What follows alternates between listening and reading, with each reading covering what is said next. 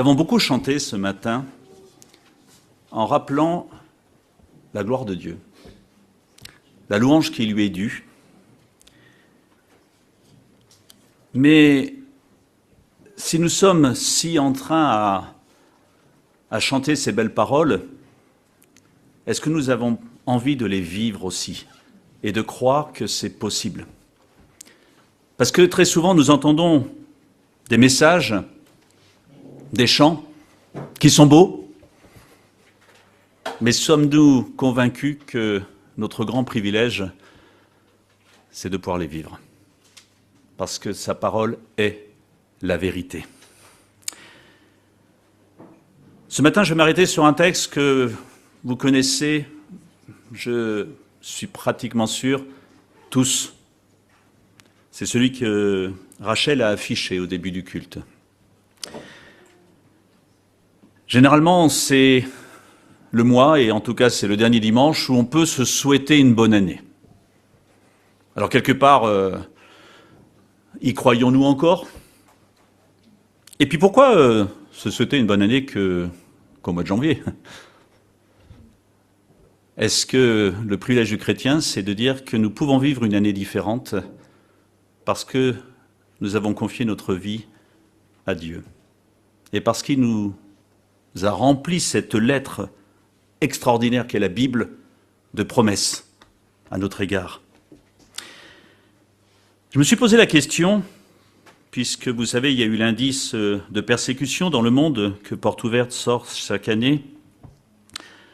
Pourquoi dans les pays où sévit la persécution, les chrétiens restent fidèles à leur foi et semblent même presque parfois sereins dans leur vie de tous les jours, alors qu'ils n'ont pas ce privilège comme nous ce matin de nous réunir au chaud, avec normalement pas le risque de subir une persécution. On pourrait se poser la question, mais comment peuvent-ils vivre avec un tel fardeau? Mais on pourrait se poser aussi la question pour nous, chrétiens français non soumis à la même persécution. Sommes-nous pour autant en paix dans notre vie de tous les jours? Est-ce que les soucis, nos peurs, nos besoins, nos faiblesses, nos tentations, nos péchés, en fait, ce que nous sommes de par notre nature humaine, autant de choses, de fardeaux qui, peut-être, nous empêchent parfois d'être en paix, qui parfois nous empêchent de dormir sereinement, avec beaucoup de choses qui tournent dans la tête, qui nous empêchent d'être en paix, de craindre parfois même de commencer une nouvelle journée. Parfois même, peut-être, dans notre vie chrétienne, un certain légalisme qui peut aussi nous faire supporter de lourds fardeaux que Dieu ne nous demande pas forcément de porter. Alors on pourrait se dire, mais comment alors se souhaiter une bonne année sans avoir l'assurance que tout va bien se passer? Comment souhaiter à quelqu'un d'être en paix?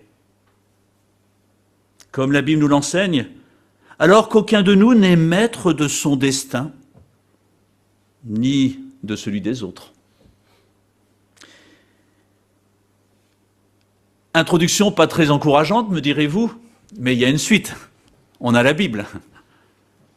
Parce que Jésus est le seul à pouvoir nous apporter un message de bonne année et de contribuer à ce que nous puissions la vivre avec une certaine paix intérieure, même à travers les difficultés.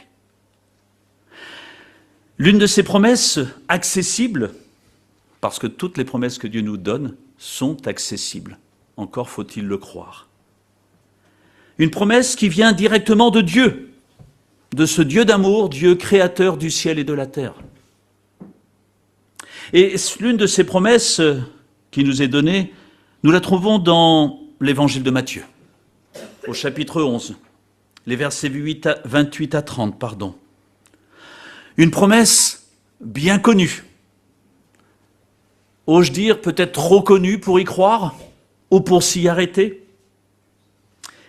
Ne nous laissons pas influencés par des réactions négatives à la lecture de certains versets bibliques qui pourraient me pousser à penser que, oui, je connais, mais ça ne marche pas pour moi. N'oublions pas, vous savez, on a mis en avant cette notion du combat spirituel dans notre Église pour cette année. N'oublions pas ce combat quotidien entre les promesses de Dieu que je connais, que je reçois, et notre incrédulité, j'aurais presque envie de dire, dopée par le diable et ses alliés. Parce que si Dieu veut nous encourager, le diable fera tout pour nous pousser à croire « tu sais très bien que ça ne marche pas, pas pour toi ». Alors attention, parce que je crois que là où nous disons « je ne peux pas », Dieu nous dit « non, c'est que tu ne veux pas ». Je vais prier. Seigneur, avant de lire ta parole, nous voulons que tu nous rendes chacun attentif à ce que tu nous dis dans cette lettre merveilleuse que tu nous as envoyée. Seigneur, ferme nos oreilles à tant de bruit qui pourrait nous empêcher de t'écouter ou de croire dans ce que tu nous dis. Et ouvre-nous, Seigneur, les oreilles pour écouter ta parole, ce message d'amour que tu nous donnes à chacun et dans lequel nous pouvons croire parce que tu as dit sur la croix que tout était accompli et tu as remporté cette victoire sur la croix. Alors Seigneur, nous voulons croire dans toutes ces promesses que tu nous donnes. Amen. Matthieu 11. Venez à moi, vous tous qui êtes fatigués et courbés sous un fardeau, et je vous donnerai du repos. Acceptez mes exigences et laissez-vous instruire par moi, car je suis doux et humble de cœur. Et vous trouverez le repos pour votre âme. En effet, mes exigences sont bonnes et mon fardeau léger. Venez à moi, vous tous qui êtes fatigués et chargés. Dieu a envoyé son Fils unique pour nous sauver. Amen. Pour nous délivrer de notre fardeau. Le premier d'entre eux étant le péché. Mais il ne s'arrête pas là. Il a envie de nous délivrer de tant de choses qui sont dures à porter, qui nous oppressent. Parce que Dieu se présente dans la Bible comme un Dieu de délivrance, qui nous libère par sa victoire acquise sur la croix. Pourquoi la croix est vide? Parce qu'il a remporté la victoire, il est ressuscité, il est auprès du Père et il intercède en notre faveur. Quand je me lève le matin, je me dis, mais Seigneur, tu es là en train d'intercéder pour moi. Tu es en train de regarder à moi pour voir si tout va bien et comment tu vas m'aider. Et surtout, est-ce que je suis prêt à t'écouter dans ce que tu as à me dire? Venez à moi, vous tous qui êtes fatigués et courbés sous un fardeau. On se rend compte dans ce premier verbe, venez à moi, que la grâce n'exclut pas l'action. Dieu ne nous a jamais dit « assis-toi dans un fauteuil confortablement et attends de voir tout ce qui va se passer ». Tout vient du ciel, certes, mais nous avons aussi une action à vivre, un pas de foi. Et ce pas, nous devons le faire régulièrement, ce pas de la foi. Seigneur, je ne suis faible, mais je crois en ta puissance et je crois dans ce que tu me dis. Ce verset 28 parle d'une réalité, la présence de fardeaux dans nos vies. Et elle parle d'une action, venez à moi, et aussi d'un destinataire, Jésus-Christ, ce nom qui est au-dessus de tous les noms, comme Rachel nous l'a rappelé. Cette notion du tout dans ce psaume. Le vous tous englobe toute l'humanité, sans aucune exception. Mais malheureusement, devrais-je dire, ne concerne au bout du compte que ceux qui y croient, que ceux qui reconnaissent leur état et qui désirent s'en sortir avec l'aide de Dieu. S'appuyer sur sa promesse. Alors c'est vrai qu'il est difficile pour notre ego de reconnaître que nous sommes faibles et que nous avons besoin d'aide. L'homme n'aime pas cela. Et notre société n'aime pas les faibles, ou en tout cas ceux qu'il considère comme faibles. Et pourquoi on n'aime pas les faibles? Parce que nous sommes tous faibles. contrairement à ce que certains pourraient affirmer et penser. Et de parce que nous sommes tous faibles, la faiblesse des autres nous fait peur. Et pourtant, nous avons ce privilège de connaître celui qui est le Tout-Puissant, celui qui est fort. La Bible nous dit, « Venez à moi, vous tous qui êtes fatigués et courbés sous un fardeau. » Fatigués, c'est-à-dire, nous sommes là, fatigués, épuisés, par un dur travail, des fardeaux, du chagrin. Qui ne s'est jamais senti là, abattu, découragé, ne voyant aucune issue, se trouvant presque à bout de force? Mais pourquoi continuer? Chargé, c'est-à-dire courbé sous un fardeau, le texte grec nous dit. Courbé, parce que le fardeau est lourd. Conséquence logique, je ploie devant ce fardeau, je suis écrasé par ce qui m'entoure. Mais n'oublions pas combien de fois, dans la Bible, Jésus a dit « Lève-toi et marche ». Parce que justement, je vais te décharger de ce qui t'empêche de te relever. Bien souvent, nous sommes courbés. Et du coup, quand on est courbé, c'est difficile de regarder en haut. Mais quand je suis droit, c'est beaucoup plus simple de regarder à l'Éternel. Et c'est pour ça qu'il nous délivre, pour regarder à lui. Lève-toi et marche. Et puis, dans cette logique de bonne année, il semble qu'il y ait 365 fois dans la Bible ces notions de « n'aie pas peur »,« ne crains pas ». Alors ça veut dire que Dieu nous souhaite bonne année tous les jours. Alors ne me posez pas la question pour les années bissextiles. Bon, je pense que s'il y avait une journée dans l'année où quelque part j'étais abaissé, j'aurais presque envie de dire je signe tout de suite. N'aie pas peur. Lève-toi et marche. Ces attitudes, reconnaissons-le, peuvent parfois être le fruit d'un péché, peuvent être le fruit d'une erreur de parcours, de l'attitude d'autrui à mon égard, d'un cumul de situations non réglées, de souffrances, de deuil, d'incompréhension. Le monde n'est pas facile. Alors, souhaiter ou espérer une bonne année, peut-être que je n'y crois plus. Par politesse, quand on me le dit, je souris. Je dis merci. Mais je passe tellement sur autre chose, sur des souffrances peut-être, sur des incompréhensions.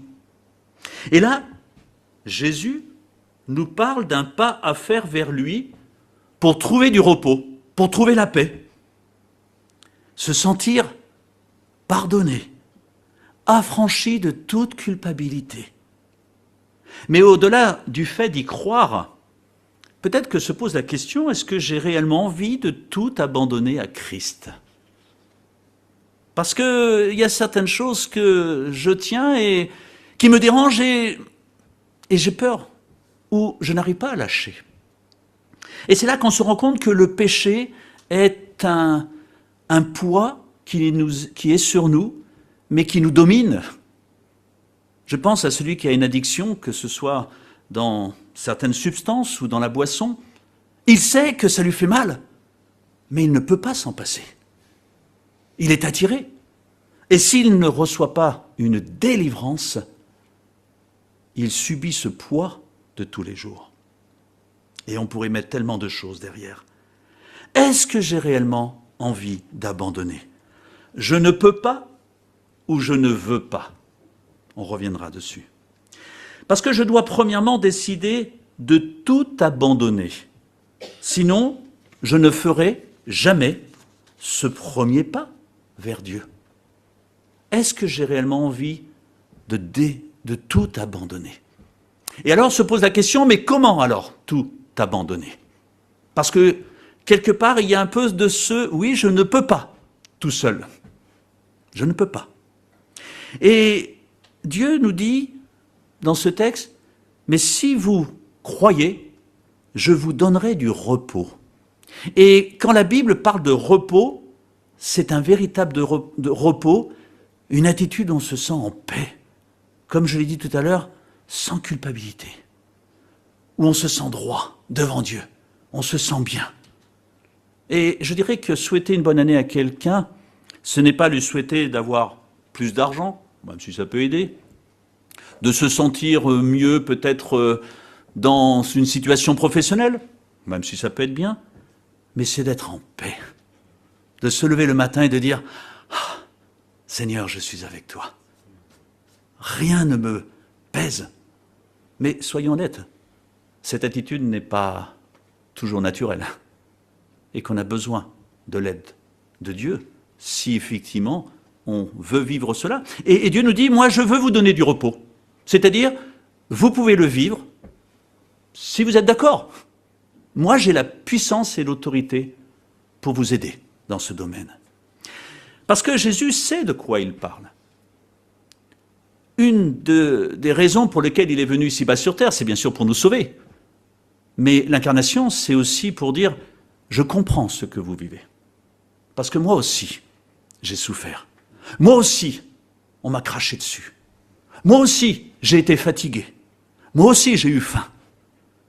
Jésus a connu les soucis. Il sait donc de quoi il est question. Et diagnostiquant notre problème, il veut nous offrir une solution. Mais il veut nous offrir sa solution, en lui-même, pour nous donner son repos. Je ne vais pas répéter tout ce qui a été dit ce matin, mais tout est en lui. Tout. La totalité. Et quand on dit la totalité, il ne reste pas grand-chose. Tu es d'accord avec moi, Rachel? Soit c'est tout, ou soit c'est presque tout. Mais là, c'est tout. Et il va expliquer sa solution. Je veux vous donner la possibilité de vous reposer, d'être en paix, de vous décharger, de vous libérer. Est-ce que vous en avez envie? Et il va expliquer dans les versets qui suivent ce que signifie faire un pas vers lui. Pourquoi nous pouvons faire ce pas vers lui? Et le résultat de ce pas. Qu'est-ce que faire un pas vers lui? Pourquoi nous pouvons faire ce pas vers lui? Et quel est le résultat de ce pas? Acceptez mes exigences et laissez-vous instruire par moi, car je suis doux et humble de cœur, et vous trouverez le repos pour votre âme. Cherchez et vous trouverez. Parce que je vous l'offre, c'est un cadeau. Faire un pas vers lui, c'est premièrement choisir de l'écouter. Parce que je peux choisir d'écouter ce qui m'entoure, je peux choisir d'écouter mon cœur, mais je peux aussi choisir d'écouter Dieu. Et donc, si tout ce que je vous dis ce matin vient après le choix d'avoir écouté tant d'autres choses, peut-être que vous ne choisirez pas premièrement d'écouter ce que la Bible dit, parce qu'en fait, ce n'est pas Pascal qui est en train de vous inventer une belle promesse, c'est la Bible qui est en train de nous affirmer quelque chose. Choisir premièrement de l'écouter. Qu'est-ce que tu as à me dire, Seigneur? Ensuite, choisir d'accepter ce qu'il est en train de me dire. Et c'est seulement à ce moment que Jésus peut prendre le relais, m'instruire. Voilà ce que je te propose. Et voilà la marche à suivre. Voilà tout simplement, maintenant que tu m'as écouté, que tu es d'accord d'aller de l'avant, voilà ce qu'il faut faire. Ce premier pas est donc une décision, un choix. Parle, ton serviteur écoute. Tu es mon maître, je crois dans ce que tu me dis, je sais qui tu es, alors je veux te faire confiance. Même si ça me paraît étonnant, même si je me dis, mais c'est surnaturel, bah oui, c'est surnaturel puisque c'est divin. Mais je veux te le donner. Nous pouvons lui faire confiance, franchir ce pas, parce qu'il est doux et humble de cœur. C'est pas quelqu'un qui se met en hauteur. Il est doux et humble de cœur. Une réelle définition de ce qu'il est, de ce que Dieu est. L'opposé de certains chefs religieux qui étaient durs et orgueilleux, cherchant probablement leur propre justice, sachant dire aux autres ce qu'il faut faire. Comme le dit Jésus dans la Bible, écoutez ce qu'ils disent, mais ne faites pas ce qu'ils font. Toujours surprenant. quand Jésus parlait ainsi. Pas d'orgueil, pas de dureté. Et on reconnaît toujours un disciple à l'amour qu'il a pour les autres parce que notre maître est un Dieu d'amour. Et le premier message qu'il nous donne, c'est « Je t'aime, je t'aime, je t'aime ». On reconnaît un disciple à l'amour donc qu'il a pour les autres. Et nous avons ce privilège, et c'est pour ça que nous pouvons nous arrêter sur chacune de ces promesses, d'avoir un maître qui est patient, quand parfois nous hésitons à franchir ce pas, quand nous traînons. Il est patient et il nous relance. Parce que combien de temps, si je proposais à quelqu'un une aide, combien de temps je le répéterais? Est-ce qu'au bout d'un moment je dirais, bon ben maintenant ça suffit? Mais Dieu il est patient, et il répète, et il tend continuellement sa main vers nous. Quelle douceur, quelle humilité. Patient quand nous hésitons à franchir ce pas, et doux quand nous trébuchons. Ah, je te l'avais bien dit, je savais bien que tu allais tomber. Qu'est-ce que tu es pénible, tu ne m'écoutes pas. Non, pas du tout. Il prend la main et il relève. Comme Pierre qui marche sur l'eau, il lui tend sa main pour le reprendre. Doux et humble de cœur. Parce que le seul objectif de Jésus, de Dieu, et c'est pour ça que ces promesses prennent une grande dimension dans nos vies, et on peut y porter crédit, c'est simplement de nous montrer qu'il nous aime, de montrer son amour et de nous faire profiter de sa paix à lui. Vous trouverez le repos de votre âme. C'est un peu comme si il nous disait, tu as vu derrière cette porte, il y a le repos de ton âme. Et moi, je suis prêt à l'ouvrir, mais veux-tu que je l'ouvre pour toi? C'est si simple. Oh Seigneur, tu es sûr que tu as la clé? Je te dis que je suis prêt à ouvrir cette porte. Et tu es sûr que derrière se trouve ce que tu m'as promis? Je t'aime, et si je te le dis, c'est que oui, il y a cela derrière la porte. Tu es sûr que tu ne t'es pas trompé de clé? Je suis sûr parce que je suis mort sur la croix pour cela, et parce que je t'aime. Mais nous nous posons tellement de questions, alors que Dieu nous dit, mais ayez la foi comme un enfant, veux-tu que j'ouvre la porte? En effet, mes exigences sont bonnes et mon fardeau léger.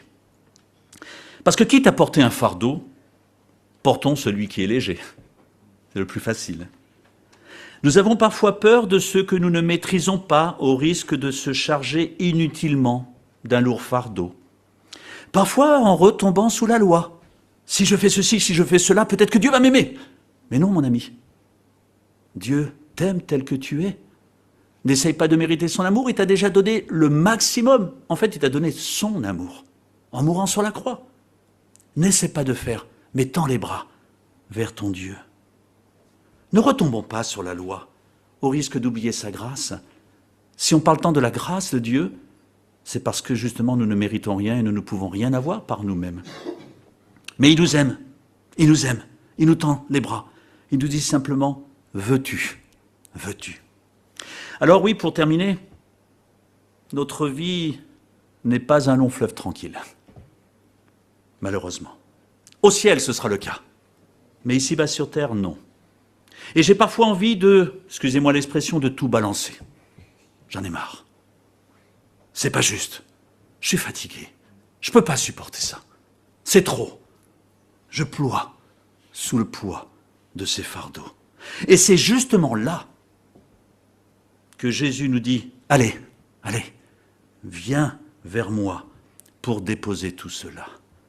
Vous savez, comme des parents qui voient leur enfant qui est triste et qui le prend dans ses bras. Qu'est-ce que tu as, mon enfant? Pourquoi tu pleures? Pourquoi tu es malheureux? Viens contre moi, que je te prenne dans mes bras. Viens vers moi pour déposer tout cela, parce que tu sais, je suis mort sur la croix pour tout cela, pour te libérer, te soulager. Et c'est pour cette raison que oui, je peux te souhaiter une bonne année en ma présence. Si tu demeures en moi chaque jour, si tu viens auprès de moi, alors ce sera plus facile pour que je vienne te décharger ces lourds fardeaux. Oui, tu seras un peu triste, mais tu sais, je serai là, que ta paix, ma paix, pardon, je te l'offre. Alors je termine simplement. Peut-être que, à travers tout ce que la Bible dit, tu te dis, je ne peux pas. Et Jésus te dit, si tu le veux, moi, je peux, parce que je t'aime. Que nous n'oublions pas, tout au long de la semaine, tout au long de cette année 2026, l'amour que Dieu a pour nous et tout ce qu'il veut nous accorder par pure grâce. Veux-tu venir à moi? Tu ne peux pas. Mais moi, je peux. Alors est-ce que tu le veux?